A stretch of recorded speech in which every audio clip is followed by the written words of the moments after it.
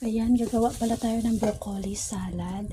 Ayan, yung broccoli, cauliflower, and carrots ay kinat ko na siya into dice and then pinarboil. Ayan siya.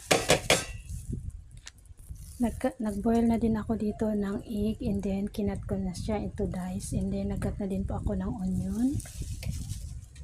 Ayan, yung atin palang garbanzos ay akin yan siyang in-stir fry para siyang ma-dry.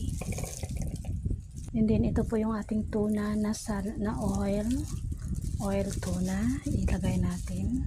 Then nag-add pala ako dito ng salt. Then maglagay tayo ng black pepper. And then magsuot tayo ng hand gloves and then atin siyang i-mix.